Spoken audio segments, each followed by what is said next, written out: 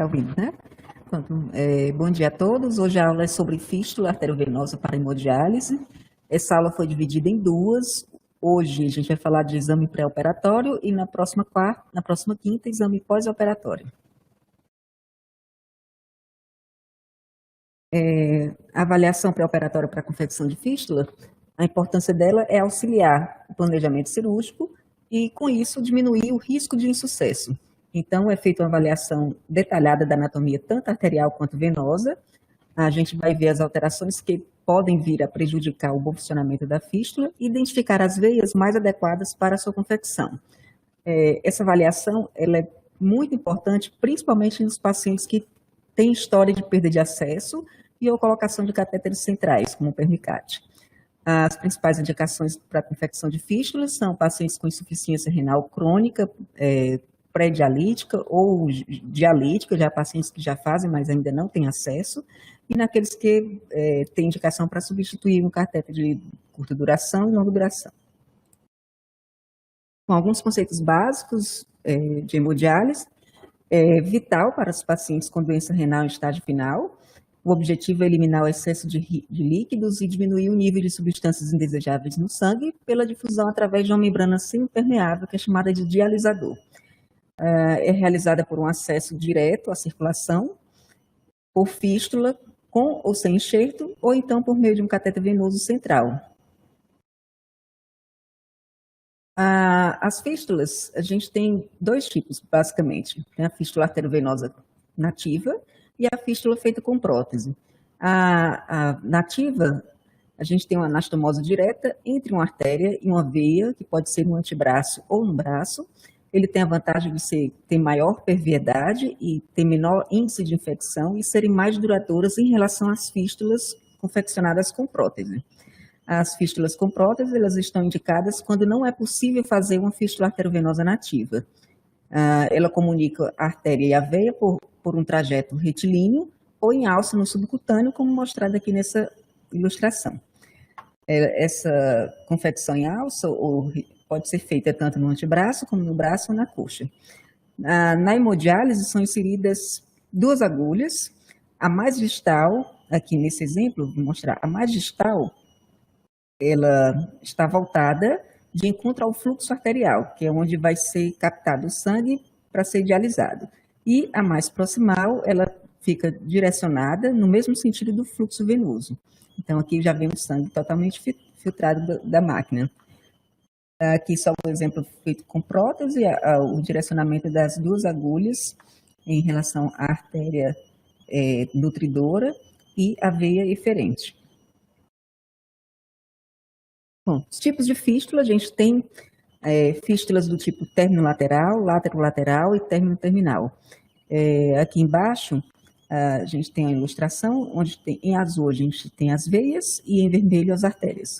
Aqui seria uma anastomose do tipo término lateral, aqui laterolateral e, por fim, término terminal.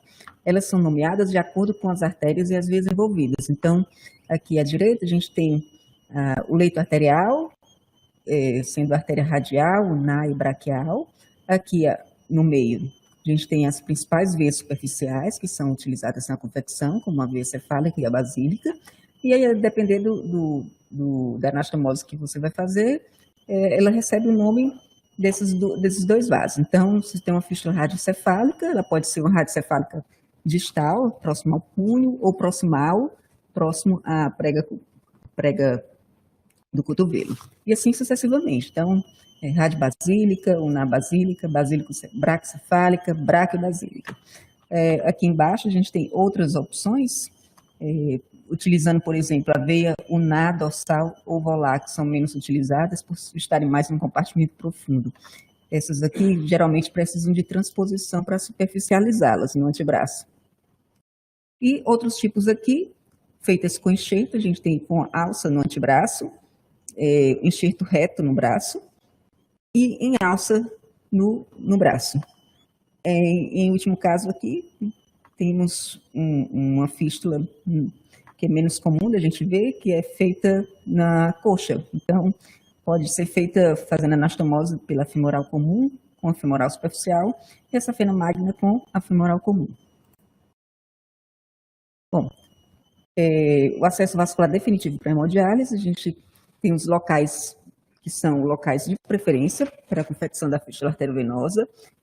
Isso aqui é importante a gente ter em mente, porque a gente vai sugerir no laudo os vasos mais adequados para a confecção. Então, a preferência é o mais distal possível, que aí você vai poupar os leitos proximais para os futuros acessos. Esses pacientes são crônicos, eles, até aguardar o transplante, eles perdem fístulas no meio do caminho. Então, você, com esse intuito de poupar os acessos proximais futuros, você vai priorizando os acessos mais distais. De preferência, o membro não dominante, por uma questão de comodidade para o próprio paciente, e com relação às veias superficiais, a cefálica ela é mais utilizada em relação à basílica. A basílica está um pouco mais profunda, então eles precisam de fazer um novo tempo cirúrgico para superficializá-la. Então, por isso a cefálica também ela está como primeira opção.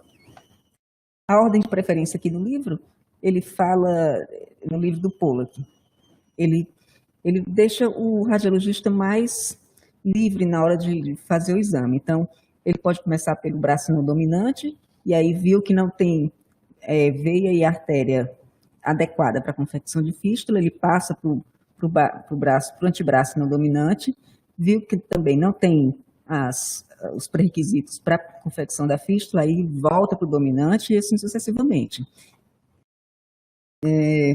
Aqui só alguns exemplos de fístulas nativas e fístulas confeccionadas com prótese. Então, a fístula terminolateral, feita com veia cefálica, com radial, e aqui outros exemplos com a fístula em alça, no antebraço, e a fístula reta no braço. E, por fim, uma fístula na região da coxa, unido à artéria femoral comum, a safena magna. Bom, a técnica de posicionamento, você vai fazer o exame com o paciente deitado ou sentado. A temperatura ambiente é importante que não esteja muito fria. A sonda você pode utilizar a linear e a convexa, depender dos vasos que você está avaliando, se ele é mais superficial ou profundo. E nós vamos avaliar o sistema arterial e o sistema venoso, tanto profundo quanto superficial. A técnica de avaliação pré-operatória, avaliando as artérias, né? Então, as artérias avaliadas, elas são subclávia, axilar, braquial, radial e ulnar. O principal objetivo aqui, a gente vai avaliar no modo B, medir o calibre, é importantíssimo. Se a artéria tem um calibre menor que 0,2, ela já não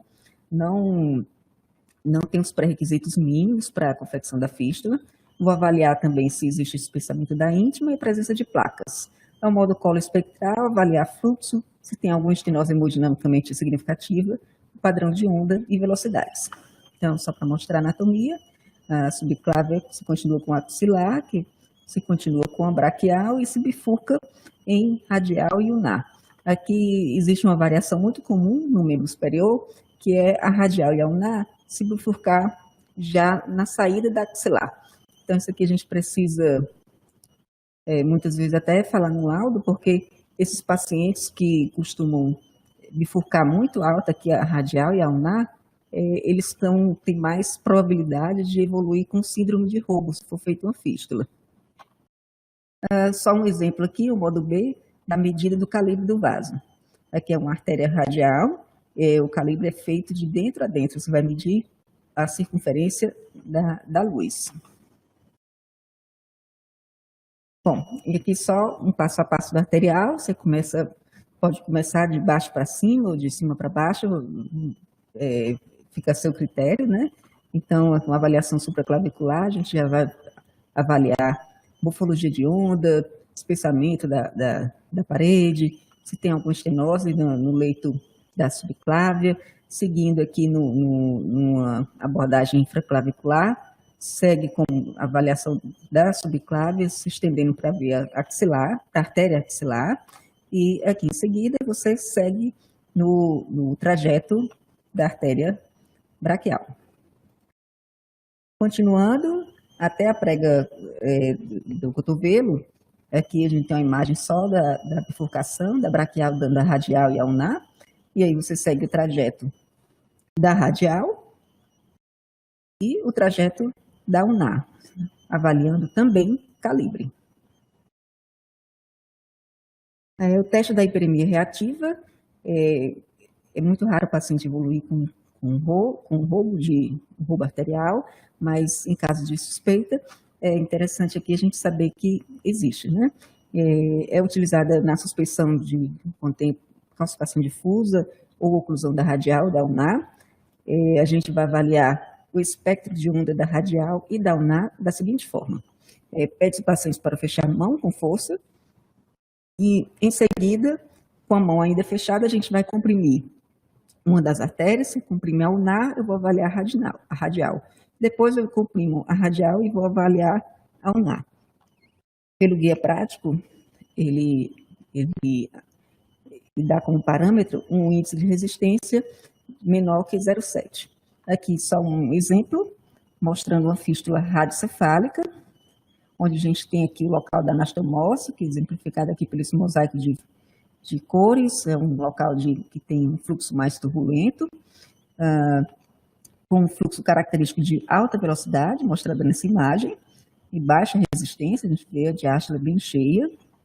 No segmento distal, a gente vê aqui por esse gráfico de cores, o fluxo se distanciando da sonda, e aqui no leito arterial, depois da fístula, a gente vê que isso configura um roubo arterial. Então, ele se distancia, a gente vê até a morfologia de onda abaixo da linha de base.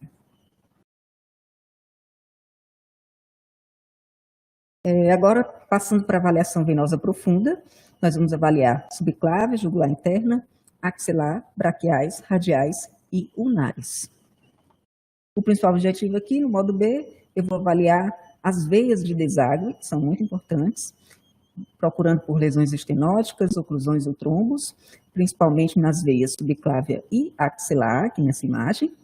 No modo coloespectral, vou avaliar o fluxo, vendo a perviedade e a fasicidade. Então, aqui só a anatomia, mostrando os pares radial e ulnar, que se conflui para as veias braquiais, que por fim termina na veia axilar e se continua com subclávia até o tronco.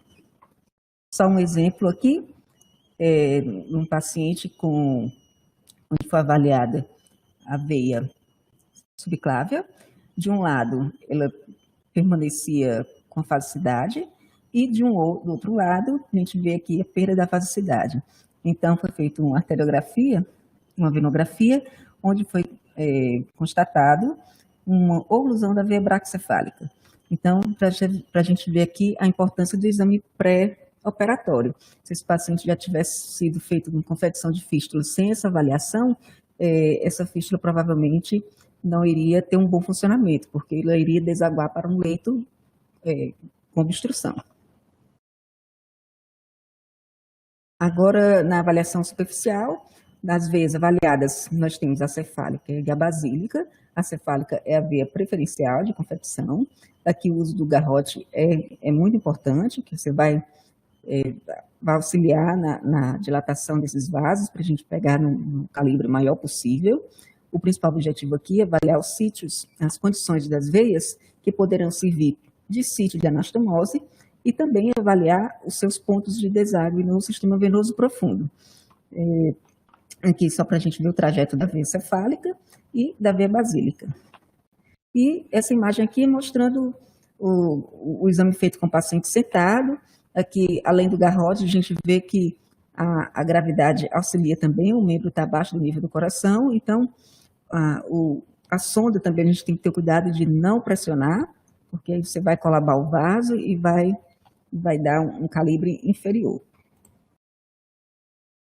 Continuando na avaliação venosa superficial, no modo B, a gente vai fazer uma varredura tanto axial quanto longitudinal, com compressão sequencial para descartar trombos. Então, avaliar trombos, espessura da parede, distância para a pele, isso aqui é uma daqueles mandamentos lá da regra dos 6, que a gente vai ver na próxima aula, mas já adiantando, é uma das primeiras que existe aqui.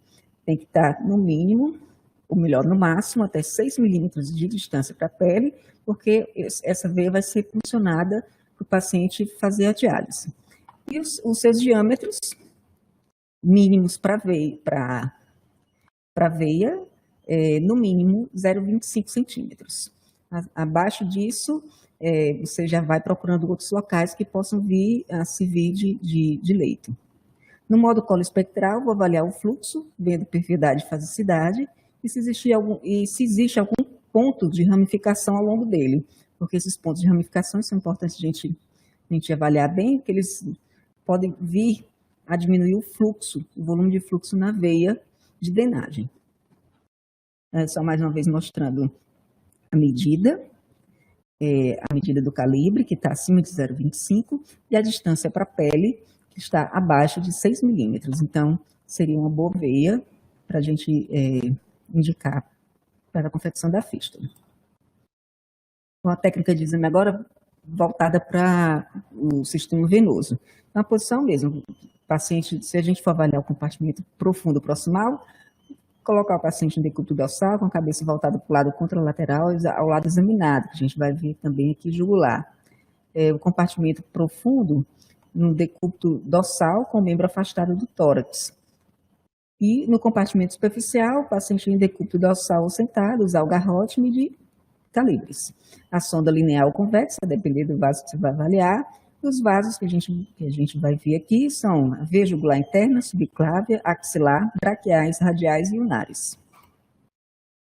No compartimento venoso profundo, pela abordagem supraclavicular, a gente vai ver anatomia, parede, perviedade, presença de trombos, isso ao longo de todo o leito vascular, seja profundo ou seja superficial. Então, ao modo B e ao modo colo, fazer uma varredura no axial longitudinal, vendo a veia jugular interna e a subclávia, e, se possível, o tronco braquicefálico. No modo espectral, ver a fasicidade e o padrão de onda. Então, só um tutorial bem rápido aqui, mostrando aqui a avaliação da jugular interna, e você segue descendo caudalmente para ver o desagre dela aqui se unindo com a subclávia. Isso continuando aqui, a gente vê uma avaliação da análise espectral da onda, mostrando que essa veia tem fasicidade preservada. No compartimento profundo, pela abordagem infraclavicular, a gente continua fazendo a varredura, avaliando agora a subclávia e axilar. A gente sabe que o limite distal da subclávia seria a margem lateral da primeira costela, e o limite distal da axilar, a margem inferior do músculo redondo menor. Isso, na prática do ultrassom, a gente tem dificuldade de delimitar um pouco. Então, você vai avaliando no trajeto dela, quanto mais próximo ao axilar, a veia axilar, então, quanto mais proximal, a subclávia. Então, a gente vai ver também fasicidade padrão de fluxo, como mostrado aqui nessa imagem. Na abordagem axilar e infraaxilar, a gente continua a análise, fazendo a varredura axial longitudinal. Aqui na axilar, a gente já pode fazer compressões, tem o gradil costal aqui para atrapalhar, então aqui você avalia melhor também a presença de trombos. E, mais uma vez aqui, a transição da veia subclávia para a axilar direita, mostrando que ela tem um fluxo fásico. Continuando, da veia axilar, a gente parte para a avaliação das veias braquiais. Na face medial aqui do braço, vai avaliar também com compressão, ver como é que está o fluxo. As veias radiais e unares, habitualmente, elas não fazem parte da rotina de indicação para a fístula arteriovenosa. Então, tem como desvantagem estarem localizadas muito profundamente, né, em relação às veias superficiais, e serem pouco calibrosas. Elas estão indicadas à avaliação quando a gente tem algum sinal, sintoma local que sugira alteração. Então, só mostrar o posicionamento da sonda em relação para a avaliação da radial e das unares. No compartimento superficial, eu vou ver anatomia, parede, perviedade, presença de trombos também. O que muda aqui, em relação à avaliação do sistema venoso profundo, é o cuidado que a gente vai ter ao avaliar o local de deságue e se existem pontos de ramificação, principalmente no local onde vai ficar próximo à fístula. No modo B, vou fazer a varredura axial e longitudinal, fazendo compressões das veias, tanto cefálica como basílica, na face medial do braço e anterior do antebraço. Medir calibres. A gente viu que na artéria o calibre mínimo tem que ser de 0,2 centímetros. E na veia, aqui é centímetros, tá? Na veia, o calibre mínimo tem que ser de 0,25 centímetros. A gente vai usar garrote com o paciente sentado. Em algumas situações, você pode usar mão de fazer percussão ao longo do trajeto do vaso, que isso ajuda a dilatar a veia. No modo coloespectral, vou ver fluxo, vasosidade e padrão de onda. Então, aqui só uma imagem mostrando o deságua da basílica na veia braquial e a cefálica no longitudinal e no transverso. Então, é importante ver aqui se a vasosidade está preservada, se existem trombos parietais, que esses pacientes passam muito tempo usando pernicate, eles podem apresentar trombos, então a gente vai avaliar tudo isso. Resumindo, critérios para as artérias adequadas na confecção da fístula seria a ausência de estenose hemodinamicamente significativa, o diâmetro de pelo menos 0,2 centímetros no antebraço, a artéria radial não dominante para a fístula, no punho, seria um local preferencial, né, que está distal e se faz muito, é um dos tipos mais feitos de fístula. Os critérios adequados para veias, desse livro, ele fala diâmetro maior que 3 milímetros, mas, assim, em dois outros eu vi que ele já dá uma força maior que do paciente, dá um diâmetro mínimo de 0,25 no polo, aqui no duplo sem segredos. A gente vai ver também se tem aqui segmento adequado, desde o punho até a fossa cubital, para as fístulas de antebraço, e da fossa cubital até a axila, nas fístulas do braço, que a veia tem que ter um trajeto relativamente mínimo que varia de 6 a 10 centímetros, para escoar bem o fluxo nessa região. Na próxima aula a gente vai ver melhor esse trajeto. Perviedade do sistema venoso profundo, justamente porque é um local de deságue, e avaliar também a ausência de estenose venosa central no membro ipsilateral. Aqui foram os dois livros que eu usei. Todos os dois estão muito bons, um complementa muito bem o outro. Terminamos.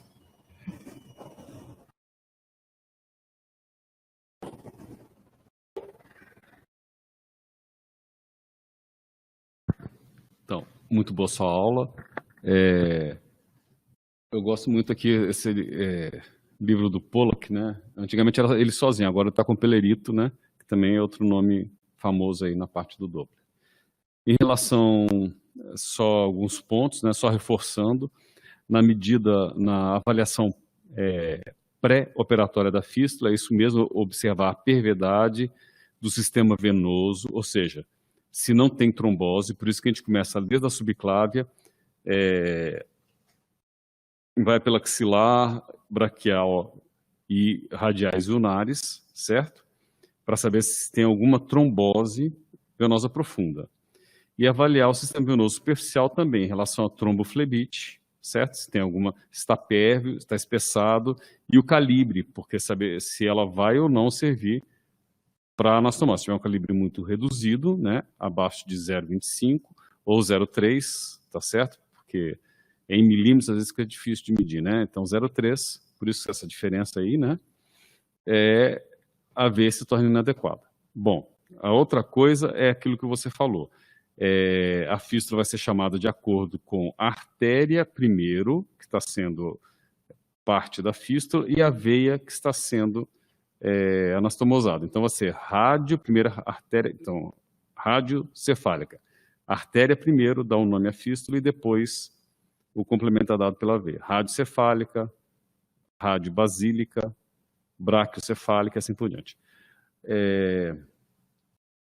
Em relação também às artérias, a gente tem que avaliar também o fluxo. Se ele tem um fluxo trifásico, boa velocidade, etc. Tá certo? É importante para saber se essa artéria é uma artéria adequada, tá? Não tem nenhuma dificuldade ao fluxo. E em relação à veia, quando a gente mede, você tem que dar, né, quem vai escolher o local onde vai ser feita a fístula vai ser o cirurgião vascular.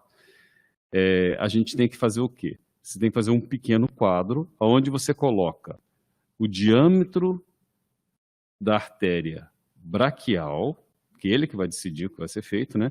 Na região distal do braço, o diâmetro da artéria radial, o diâmetro e a distância para a pele, da artéria radial no terço proximal do antebraço e no terço distal do antebraço, e o diâmetro da artéria ulnar geralmente te dá no terço proximal do antebraço. Eu costumo dar os dois, proximal e distal, mas na realidade você precisa mais do proximal mesmo. A outra, em relação a tudo isso com a distância para a pele. Em relação à veia, geralmente eu faço o garrote. Eu vi ali o garrote mais na região proximal do antebraço, né? Eu costumo já deixar o garrote na região proximal do braço, porque aí eu já consigo avaliar todo o trajeto da veia cefálica. E eu coloco o trajeto da veia cefálica aqui na tabaqueira anatômica, que é geralmente onde a gente costuma fazer, né? A de Simino, né? Que é Braximino, que é a mais famosa, né? Que é a radiocefálica distal, né? A inicial que se começa, como você falou, a gente vai queimando etapas, né? Primeiro tenta distal, depois ir para as proximais e futuramente usando próteses, tá certo? E aí eu vou dar a distância da cefálica, distância para a pele e o calibre da cefálica no terço distal do antebraço, terço proximal do antebraço e no terço distal do braço. A veia basílica, geralmente eu avalio mais no terço proximal do antebraço, se der, porque ela é um pouquinho mais difícil de ver, e principalmente no terço distal do braço, porque no terço proximal do braço ela já vai ou se unir à veia braquial, certo? Ou se unir à veia axilar, tá? Porque ela tem essas pequenas variações que são consideradas normais, tá certo? Como você falou, outra coisa que é importante dar é a extensão retilínea, né? A extensão sem uma colateral significativa ou uma veia perfurante significativa, tá certo? Eu tenho que dar o quê? Essa extensão da veia, tá? No antebraço. Ela tem que ter mais do que 7 centímetros. O ideal seria que fossem 10 centímetros, certo? Então, eu acho que é isso aí. Muito boa revisão, tá joia? E agora vamos para a prática. Se alguém tiver alguma questão aí, estamos abertos à discussão.